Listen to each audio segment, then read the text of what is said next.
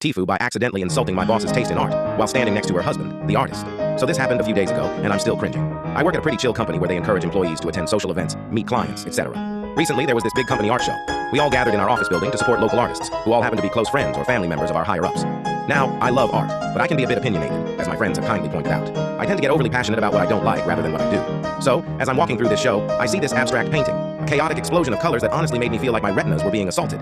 Cue my well-thought-out critique to my coworker who was standing next to me. I said something like, "Wow, it looks like a toddler went crazy with finger paints here."